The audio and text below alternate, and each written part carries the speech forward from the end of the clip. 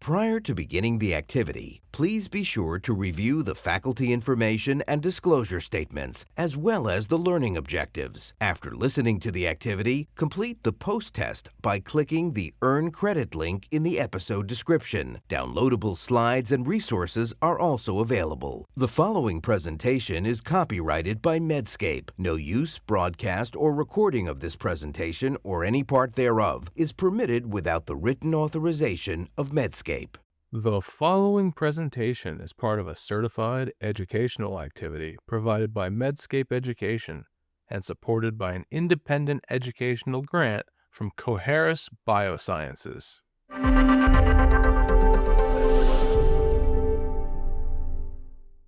Hello, and welcome to Medscape Education Top 10 Clinical Pearls. Today we'll be outlining optimal care for nasopharyngeal carcinoma.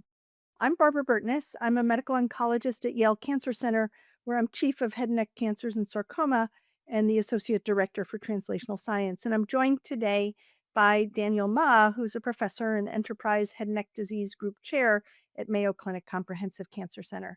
So welcome. I'm going to start with a question to Dr. Ma, and that is, can you tell us about the primary viral cause of nasopharyngeal carcinoma, and what are the histologic subtypes that are more common in the U.S.? Sure.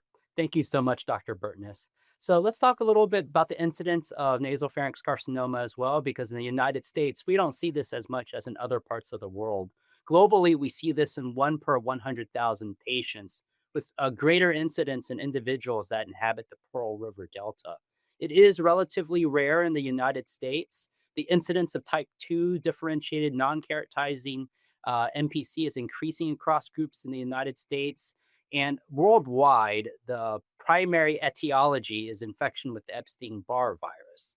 There are, of course, genetic dispositions and dietary factors, environmental factors that lead up to this.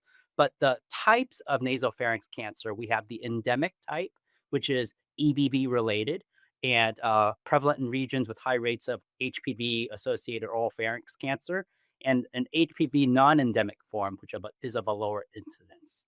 When we talk to our pathology friends, we have a keratinizing type, which is a weakly HPV-associated type of nasopharynx cancer, and a non-keratinizing differentiated type, and a non-keratinizing undifferentiated type. So the pearl for the landscapes of nasopharynx cancer would be that the Epstein-Barr virus is the primary cause of nasopharynx cancer throughout the world. However, the keratinizing subtype is more common in the United States, though the prevalence of Epstein-Barr virus-associated differentiated non-keratinizing NPC has been on the rise. So, Dr. Burtness, what would you say are the critical components of diagnosis and staging? Well, I think the first thing is to know what sort of signs and symptoms patients come in with. And these can be headache, facial numbness, cervical adenopathy, sore throat, diplopia, nasal obstruction, and epistaxis. And we often see patients who have a many month or even a couple of year history of what's been attributed to sinus problems. You may see diminished hearing, otitis media, tinnitus. I think it's really important to remember that otitis media generally does not have a benign explanation in adults, so should be taken very seriously.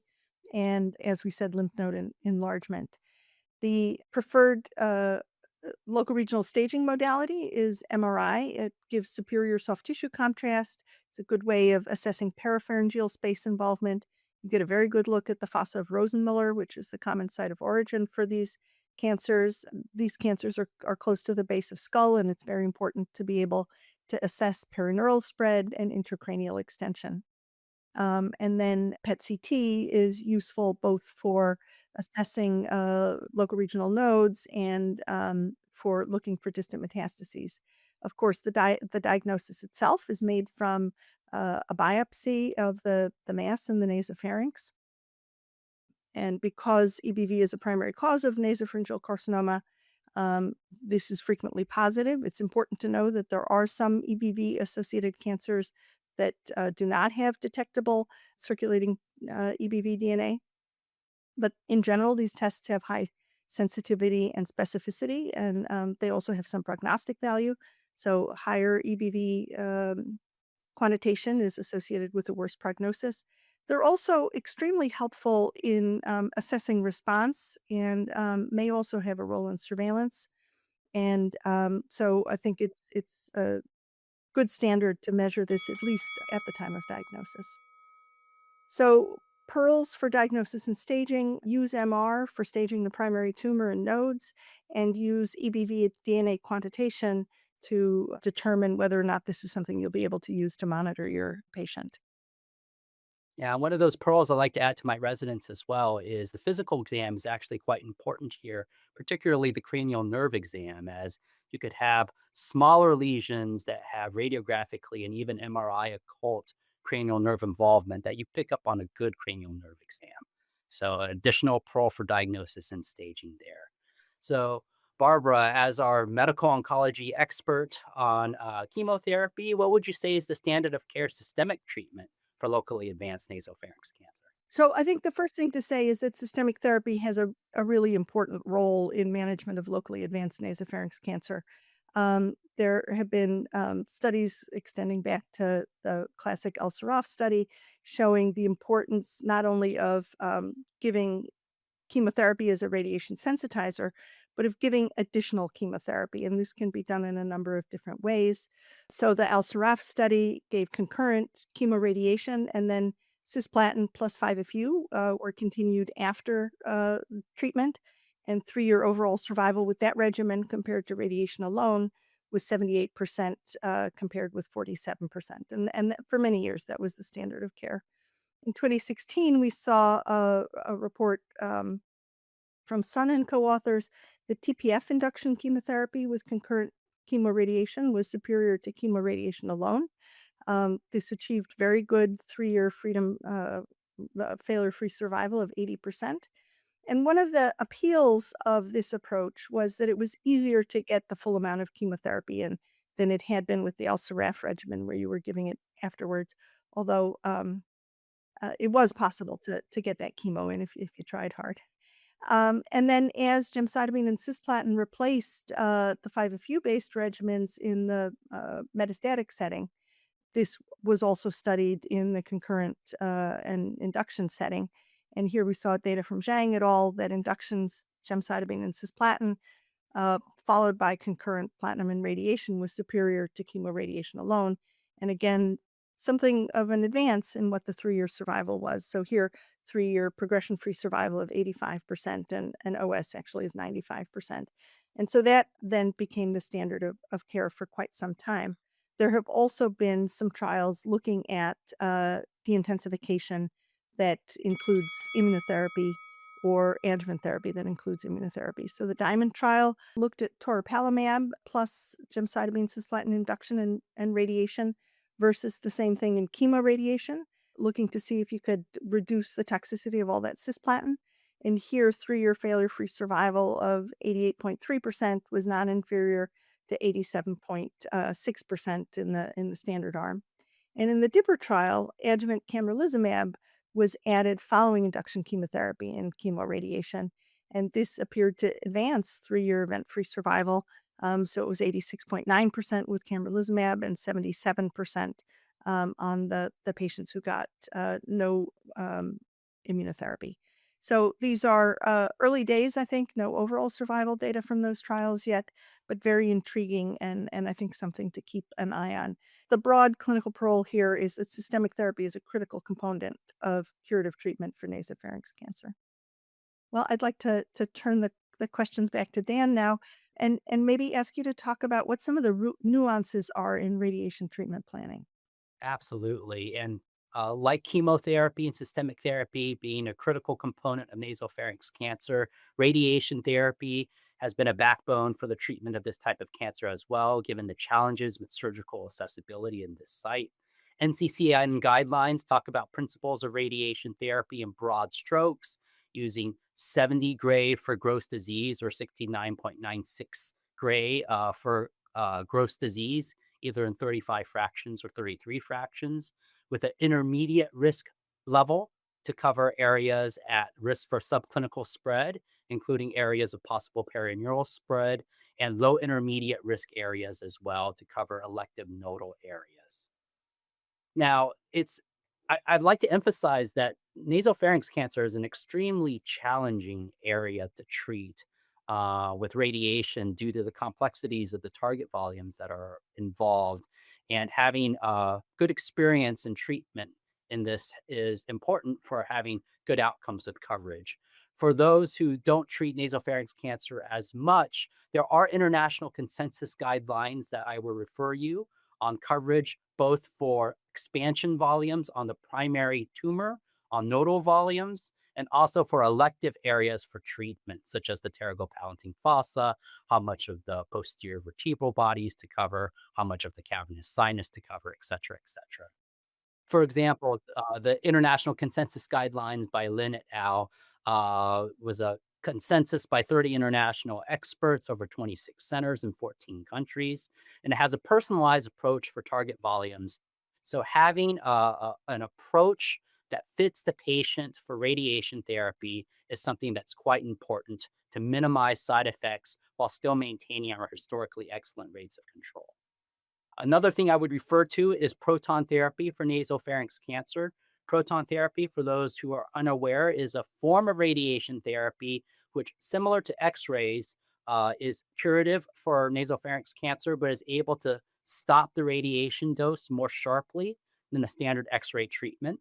This could be particularly useful for nasopharynx cancer when we deal with areas such as the optic chiasm, if you're needing to treat the cavernous sinus, if you're abutting against constrictor muscles when you're up on top, if you need to cover areas that are down low with nodal disease, you're trying to spare the brachial plexus. So compared to traditional IMRT, it has comparable cancer control, but it has reduced integral dose, lower risk of secondary cancers, and more organ sparing.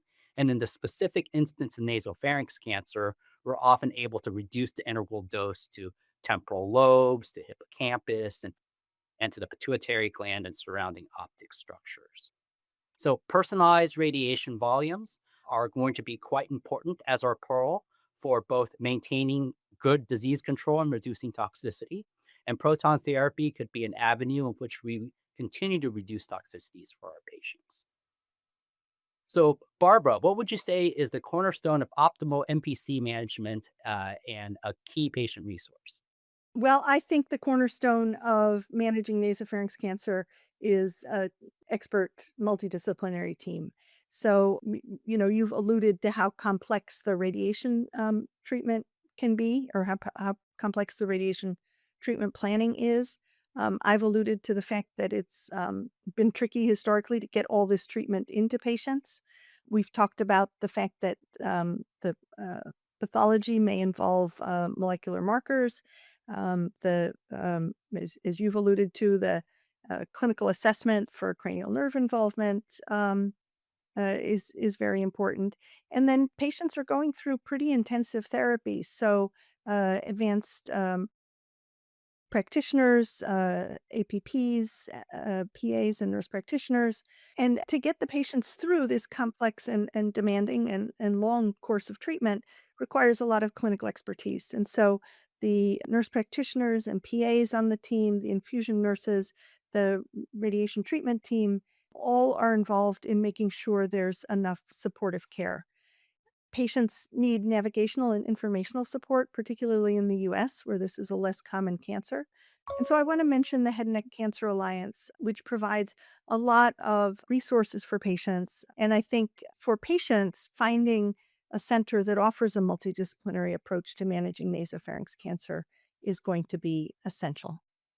So let me turn to you now, Dan, and ask you to address how is circulating plasma EBV DNA used for surveillance? That's a fantastic question, Barbara. And this is one of those exciting areas in the field where now we have over a decade of data demonstrating the utility of circulating plasma EBV in a variety of settings. For example, circulating plasma EBV is a useful biomarker for monitoring for disease recurrence. A persistently detectable EBV after treatment tends to portend a poor prognosis, and a reemergence of EBV DNA during follow-up is predictive of relapse. Like we're seeing with other circulating biomarkers, EBV biomarker also provides a lead time to clinical diagnosis, often with 3 to 6 months before it's radiographically apparent. And a rise in EBV DNA should prompt imaging studies to try to search for sources of recurrence. So the pearl here is that a rising plasma EBV is a surveillance biomarker that can precede clinical recurrence by several months, triggering earlier restaging.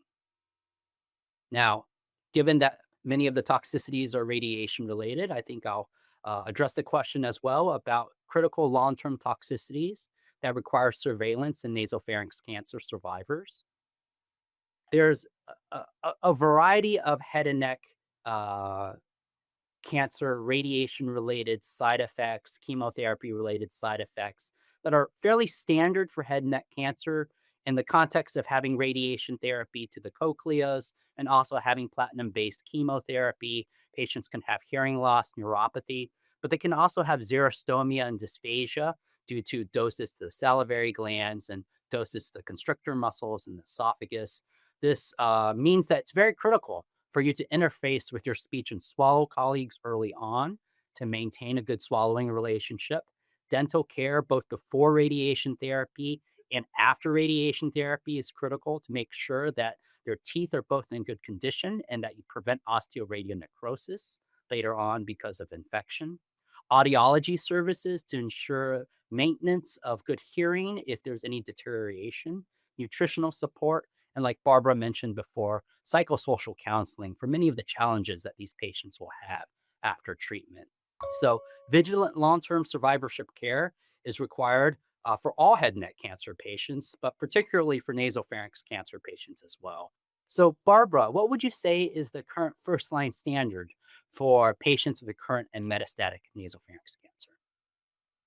The current first line standard for these patients when they recur or develop metastases is chemotherapy together with a PD-1 inhibitor, and there's now a substantial body of evidence and some FDA approvals to support that. I'll start with the Captain first trial. This asked whether adding camrelizumab, a PD-1 inhibitor, to gemcitabine and cisplatin would improve progression-free survival. In this trial, camrelizumab, when added to gemcitabine cisplatin, improved median progression-free survival from 6.9 to 9.7 months. The Rationale 309 trial looked at adding tislelizumab to gemcitabine cisplatin, very similar design, and the median progression-free survival went from 7.4 to 9.6 months with a hazard ratio of zero 0.5. The trial that probably has had the most impact in the United States is the Jupiter 02 trial, which asked whether combining toripalimab with gemcitabine cisplatin could enhance progression-free survival. Here, a group of patients with relatively favorable underlying characteristics, and that the control arm achieved a median progression-free survival of 8.2 months, but this went to 21 months with the addition of toripalimab, hazard ratio of 0.52 here. And we subsequently have seen the long-term overall survival data from that trial, which I think makes this a particularly compelling regimen. This then led to FDA approval in October of 2023 for toripalimab in combination with gemcitabine cisplatin as first-line treatment for adults with recurrent metastatic nasopharyngeal carcinoma. And then more recently, we've seen results with penpulimab. This was the AK-105-304 trial. Here, 291 patients were randomized to chemotherapy consisting of gemcitabine and a platinating agent, either cisplatin or carboplatin, with or without the addition of penpulimab. Here, median progression-free survival went from 7 to 9.6 months with a hazard ratio of 0.45. It's important to know about this trial that it accrued patients with non-keratinizing cancers. So this received FDA approval in April of 2025 in combination with either cisplatin or carboplatin, and gemcitabine is indicated for first-line treatment of non-keratinizing recurrent metastatic nasopharynx cancer. So the pearl here is that the first-line standard of care for these patients is to include a PD-1 inhibitor, whether it's toripalimab or penpulimab, together with a gemcitabine and platinating agent backbone. And let me also address a few trials that looked at the use of PD-1 inhibitors in patients who are platinum refractory. The Polaris 02 trial looked at toripalimab. This was a multi-center open label phase 2 trial, showed activity in both of these trials. The response rate to PD-1 inhibitor monotherapy in a platinum refractory patient was just a little bit above 20%. So we do have FDA approval as well for toripalimab in patients with disease that's progressed on or after platinum-containing chemotherapy. This is as a single agent. We also have data with penpulimab. Chen et al. Reported a single-arm phase 2 trial looking at this agent in patients with heavily pretreated metastatic nasopharynx cancer, so patients who had received at least 2 prior lines of therapy. And here, the objective response rate to penpulimab was 28%. So the pearl here is that toripalimab and penpulimab monotherapy are FDA-approved options for patients who progress on or after platinum-containing chemotherapy and have not previously received a PD-1 inhibitor. So thank you, Barbara, for that summary on the exciting developments of immunotherapy right now. Can you give us some key principles on how to manage the immune-related adverse events that these patients might have? The first principle of managing immune-related adverse events after treatment with PD-1 inhibitors in nasopharynx cancer is vigilance. Patients may present with rash, inflammatory dermatitis, colitis, hepatitis, nephritis, peripheral neuropathy, hypophysitis, hypothyroidism, adrenal insufficiency, inflammatory arthritis, pneumonitis, psoriasis, bullous pemphigoid. And second of all, there's always a differential diagnosis. Is this potentially related to something else? And I think there it's very important to always keep the possibility of an immune-related adverse event in your differential diagnosis. So educate patients before they're treated to report new symptoms. For grade 1 toxicities, it's often sufficient to remain vigilant and to continue therapy. However, for grade 2 and higher adverse events, it's appropriate to hold treatment. For grade 3 and higher, it's appropriate to start steroids. So the pearl here is proactively monitor for immune-related adverse events. For those that are endocrine only, it's fine to manage just with replacement therapy. But for everything else, remember that these toxicities can become severe, and treatment interruption and use of steroids are important tools. Well, thank you so much for that, Pearl. We've had a great time today, Dr. Burtness and I, looking at the range of nasopharynx cancer treatment from diagnosis to treatment to systemic care to radiation therapy to follow-up to survivorship. This is a space that has many exciting developments that we look forward to, from EBV monitoring to proton therapy to immunotherapy. And we look forward to the new developments that will happen for nasopharynx in the future. Thank you.